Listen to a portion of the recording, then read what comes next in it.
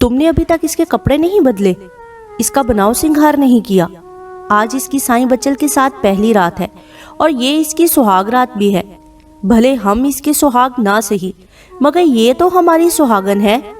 क्या हालत बना रखी है इसने अपनी। मुझे ये उस ससी के रूप में चाहिए जो शोखो चंचल है, जिसकी चूड़ियों की छनकार से गर्म थर झूम उठता है, जिसके चेहरे की मुस्कान से फूल खिल उठते हैं, जिसको देखकर मैं उस हारी लड़की का दीवाना हो गया था। अरे इसको सजाओ, माथे पर टीका लगाओ, हिरनी जैसी आंखों में काजल लगाओ, झरने जैसे होंठों पर बाबा वो क्या कहती हैं साईं सुर्खी, हाँ सुर्ख रंग की सुर्खी लगाओ और बाल भी संवारो इसके। साईं ये मेरी बात नहीं मानती, ना मुझे करीब आने देती है, बस रोए जा रही है। मुझे माफ कर दे, मैं क्या करूं। फिर बताओ उसे, जो मेरी बात नहीं मानते उनका अच्छा नसीब भी साथ छोड़ देता है। अभी भी इसका कुछ नहीं बिगड़ा। अगर साईं बच्चल अपने आप पर आ गया तो नूरी की तरह पागल बनकर घूमेगी। जी साईं जी, आप फिक्र न करो, मैं समझाती हूँ इसे, बस थोड़ा सा वक्त दे दो हमें। ठीक है, मैं जा रहा हूँ, थोड़ी देर बाद आता हूँ। इतने में कादर बाहर से भागता हुआ अंदर आया। साईं साईं वो बाहर। अरे पागल के बच्चे, कुछ बोलेगा भी सही या बस हकलाता रहेगा। साईं वो बाहर साईं दिलावर हवेली के दरवाजे पर अपने बंदों की पूरी फौज के साथ आया हुआ है। चिल्ला रहा है, कहता अगर मेरा छोरा वापस नहीं किया तो पूरी हवेली को आग लगा दूंगा। कुत्ते को मरने का शौक है। ए छोरी, इसे तैयार करो, मैं दिलावर से निपट कर आता हूँ। जी साईं, नौकरानी ने खुश्क होते गले से जवाब दिया। बच्चल कादिर के साथ बाहर जा चुका था। देख ससी, अल्लाह के वास्ते तू ये कपड़े और जेवर पहन ले, वरना तुझसे पहले साईं मेरी खाल उधेड़ देगा। वो नौकरानी ससी के आगे हाथ जोड़ते हुए बोली, मुझे मरने से डर नहीं लगता, तू चली जा, वरना मैं तुम्हें मार डालूंगी। मेरे पास खोने को कुछ भी नहीं बचा, ये जिस्म बाकी है जो जल्दी बेजान हो जाएगा। ससी ने उसे जवाब दिया, देख ये कपड़े और जेवर पहन ले, फिर मैं चली जाऊंगी। बाद में तू जो कर तेरी मर्जी, एक शर्त पर पहनूंगी। ससी ने जवाब दिया। कौन सी शर्त? नौकरानी ने पूछा। मुझे मेरे चंद की खबर ला दो, बच्चल कुत्ते ने उसके साथ क्या किया है, फिर मैं पहन लूंगी, ये वादा करती हूँ। अच्छा रुक, मैं अभी आई। नौकरानी जल्दी से बाहर चली गई। ससी कमरे के कोने में सिमटी बड़ी दीवारों और ऊंची छत को घूरने लग गई।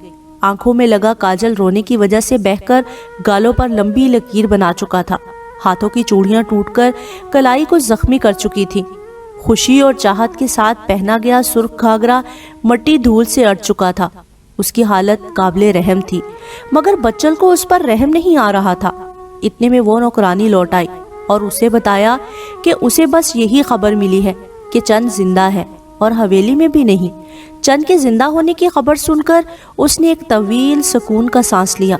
फिर नौकरानी ने उसे नए कपड़े पहनाने शुरू कर दिए, उसका चेहरा साफ किया और बाल बनाए और उसे एक दुल्हन बनाकर चली गई। ऐसी दुल्हन जो बेजान थी, जिंदगी उसकी आंखों की पुतलियों में बाकी थी। साईं दिलावर के आते ही हवेली के मुहाफिजों ने बड़ा दरवाजा बंद कर दिया था। वो बाहर खड़ा चिल्ला रहा था। हवेली में दिलावर के बंदों से 2 गुना ज्यादा बंदे मौजूद थे, जो अब अपनी बंदूकों के साथ मुसल्ला हो चुके थे। बच्चल ने जाकर दरवाजा खुलवाया और दिलावर से उसके आने का मकसद पूछा। क्यों मेरे हाथों मरने चले आए हो दिलावर? याद रखना, अब तुम मेरे मेहमान नहीं दुश्मन बनकर आए हो। मैं अब अपने हारी का मुहाफिज बनकर आया हूँ। कहाँ है वो छोकरा और उसकी बीवी? साईं दिलावर ने पूछा। मैंने तो तुम्हारे सामने उसे भेज दिया था, अब वो कहाँ गए तुम ढूंढो बाबा। थर में इतने बड़े बड़े डाकू रहते हैं, कहीं वो उस चोरी को ना उठा ले गए हों। बकवास बंद कर बच्चल, किसी में इतनी जुर्रत नहीं कि वो जबलपुर के किसी बंदे को दिलावर के होते हुए हाथ लगा सके। सीधी तरह उस छोरे को मेरे हवाले कर दो, वरना आज ये हवेली तेरा कब्रिस्तान बन जाएगी। दिलावर? बच्चल धाड़ा। अब साबित हो गया कि तू मेरी जमीनों का भूखा है। पहले ये कब्जा तो रिश्ता मांगने की आड़ में कर रहा था, अब उस अछूत हारी छोरे की आड़ में मुझे मारकर करना चाहता है। बच्चल जबलपुर वालों की रग रग से वाकिफ है, तो जल्दी से यहाँ से दफा हो जा, वरना आज जबलपुर की सब औरतें बेवा हो जाएंगी। इतने में कुछ लोग चारपाई पर किसी को उठाकर साईं दिलावर के पास पहुंचे। साईं चंद मिल गया है, मगर बहुत जख्मी है और उस छोरी का कोई अता पता नहीं। अच्छा इसे जल्दी से अस्पताल लेकर पहुंचो। जब इसे होश आएगा तब इसके जिम्मेदारों का हिसाब किताब लूंगा और उस चोरी का भी पता चल जाए। चलो सब वापस जबलपुर। फिर वो सब चंद को गाड़ी में डालकर जबलपुर रवाना हो गए। बहुत बोलेगा, तोते की तरह बोलेगा, मगर किसी को कुछ समझ नहीं आएगा। साईं बच्चल कादिर को देखकर मूंछों पर फातिहाना अंदाज में हाथ फेरते हुए बोला। साथ ही कादिर भी अपने भद्दे चेहरे के साथ दांतों की नुमाइश करने लग गया। कादिर, दिलावर ने मेरा मूड खराब कर दिया है। देसी निकाल के ला, आज बिना पानी मिलाए पिला मुझे। देसी शराब और देसी कबाब, वाह क्या मजा आएगा। साईं बहुत सख्त है, गुर्दे पकड़ेगी। पानी मिला दो। कादिर, वो साली जो अंदर जिगर पकड़े बैठी है, कुछ नहीं होगा, ला इधर दे बोतल। साईं मत करें ऐसा। बच्चल ने बोतल लेकर खुद गिलास में उंडेली और खड़े होकर पूरा गिलास गटागट करके पी गया और एक जोर का सांस लिया। ऐसे पीना चाहता हूँ उस नागन को जो यहाँ डस रही है बार बार। बच्चल दिल पर हाथ मारते हुए बोला। इतने में नौकरानी वहां आई और बोली, साईं ससी को तैयार कर दिया है, वो आपके इंतजार में बैठी है।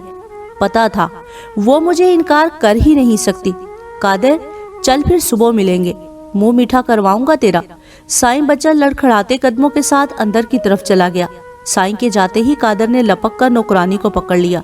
अरे तू कहाँ चली मेरी सस्सी, इधर आ, आज रात तू मेरा सीना ठंडा कर। वो लजाती शर्माती कादिर के साथ उसके कमरे में चली गई।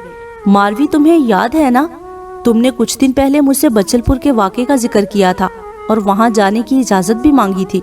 जी सर, मुझे अच्छी तरह याद है और आपने सख्ती से मना भी कर दिया था। तो अब समझो कि मैंने जो रास्ता बंद किया था कुदरत ने तुम्हारे लिए खोल दिया है।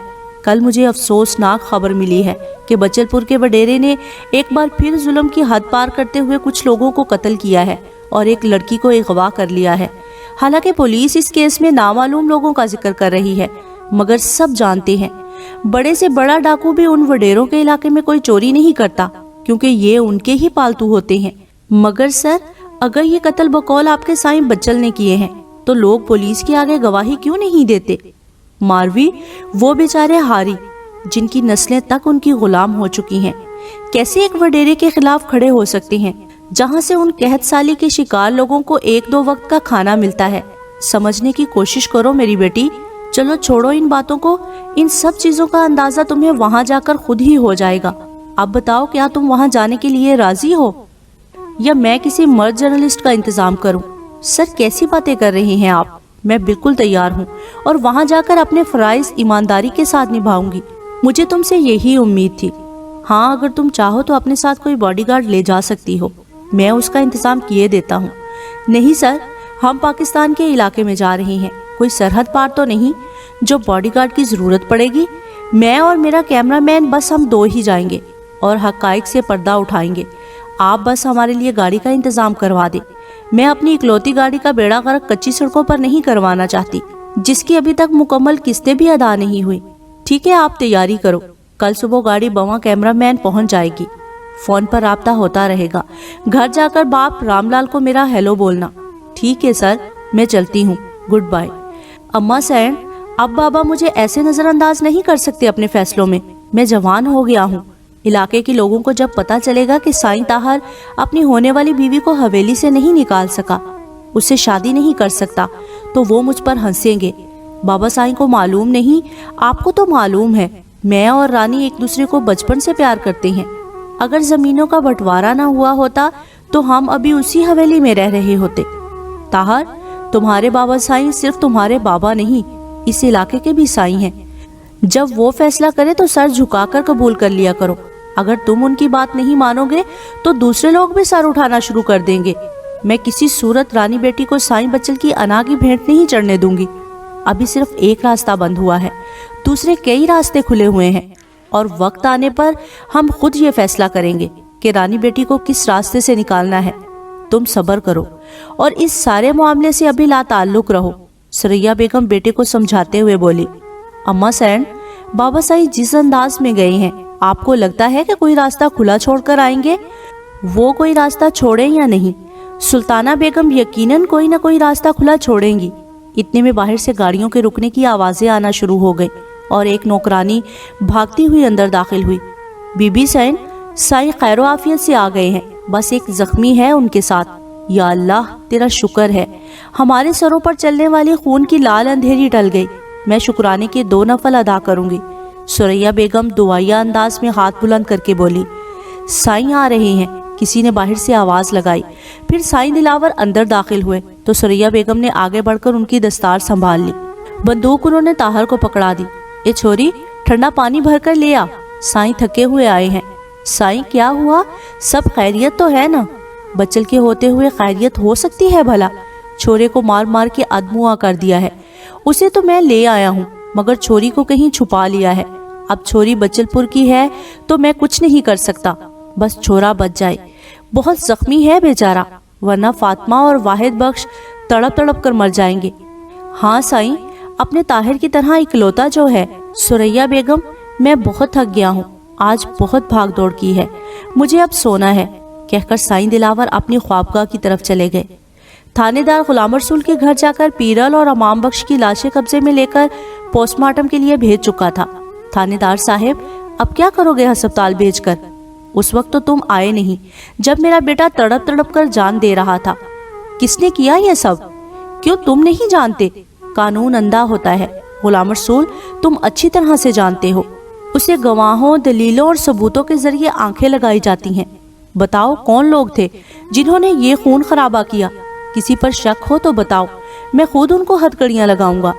صاحب، ہم نے اپنا مقدمہ اس رب کی ذات کے پاس درج کر دیا ہے، آپ نے آنے میں دیر کر دی، اب فیصلہ وہاں ہوگا اور بہت جلدی ہوگا۔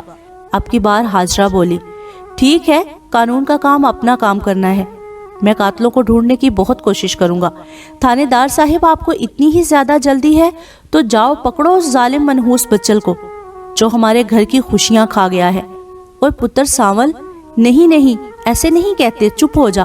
آپ جاؤ تھانے دار صاحب، بس میرے پیرل کی لاش جلدی واپس کر دینا۔ غلام رسول، سمجھا اپنے بیٹے کو، منہ پھاڑ کر ایسے بچل سائیں کا نام نہیں لیتے، ورنہ منہ پھر کھلا ہی رہ جاتا ہے۔ بڑے کم عقل ہو تم لوگ، سیدھی طرح رشتہ آیا تھا، قبول کر لیتے، اتنا خون خرابہ نہ ہوتا۔ ہاں سائیں، ہم کم عقل سے ہی، اللہ کرے کبھی تم ہماری طرح برباد ہو، پھر تم سے پوچھوں کہ فیصلے کیسے ہوتے ہیں۔ سین بی بی، حویلی میں ہاریوں کی 3 جوان چھوریاں آئی ہیں، مگر ان کو زنان خانے میں نہیں بھیجا گیا، وہ ادھر ہی باہر کام کر رہی ہیں۔ اور وہ نوکرانی کچھ کہتے کہتے رک گئی۔ کل رات سے حاجرہ کی بیٹی سسی بھی غائب ہے۔ سائیں دلاور سسی اور اس کے بندے کو ساتھ لے گیا تھا، مگر وہ جبل پور نہیں پہنچے۔ بعد میں چھورے کو حویلی لایا گیا، سائیں نے مار مار کر باہر میدان میں پھینکوا دیا۔ بعد میں سائیں دلاور آیا تھا، اپنے بندوں کے ساتھ چھورے کو لے گئے۔ اور وہ چھوری سسی کہاں ہے؟ سلطانہ بیگم نے جلدی سے پوچھا۔ اس کا کوئی اتا پتا نہیں، مطلب وہ بھی حویلی میں ہے اور کہیں اسے چھپایا گیا ہے۔ جھمری کو پتا ہوگا، اس سے پوچھ کر بتاؤ۔ نہیں، وہ قادر کے زیر سایہ ہے، فوراً وہ قادر کو بتا دے گی۔ تم یہ پیسے رکھو، تمہارا انعام ہے، مجھے پل پل کی خبر دیتی رہو، اور ہاں، سنبھل کر، کسی کو تم پر شک نہ ہو۔ G B be seen. نوکرانی سلطانہ بیگم کو سوچوں کے دھارے میں اکیلا چھوڑ کر باہر چلی گئی۔ ہر سو اندھیرا پھیلا ہوا تھا، حویلی کے علاوہ کسی کے گھر میں روشنی کا نام و نشان بھی نہیں۔ ایک سایہ حویلی کی اونچی اونچی دیواروں کے ساتھ ساتھ چلتا ہوا دروازے کے پاس رکا، دروازے کے ساتھ کان لگا کر سنگن لی۔ حویلی کے اندر برپا ہونے والے ہنگاموں کے بعد اب مکمل خاموشی تھی، ایسے لگتا ہے جیسے حویلی کے مکین تھک ہار کر سو گئے ہیں۔ پھر وہ سایہ دیوار کے ساتھ آگے بڑھ گیا، جہاں دیوار کے ساتھ درختوں کا جھنڈ تھا۔ جھنڈ نے بلندوں والا دیوار کو ڈھانپ رکھا تھا۔ درختوں کے پاس رک کر اس نے کچھ اندازہ لگایا اور پھر ایک درخت کا انتخاب کر کے اوپر چڑھنا شروع کر دیا۔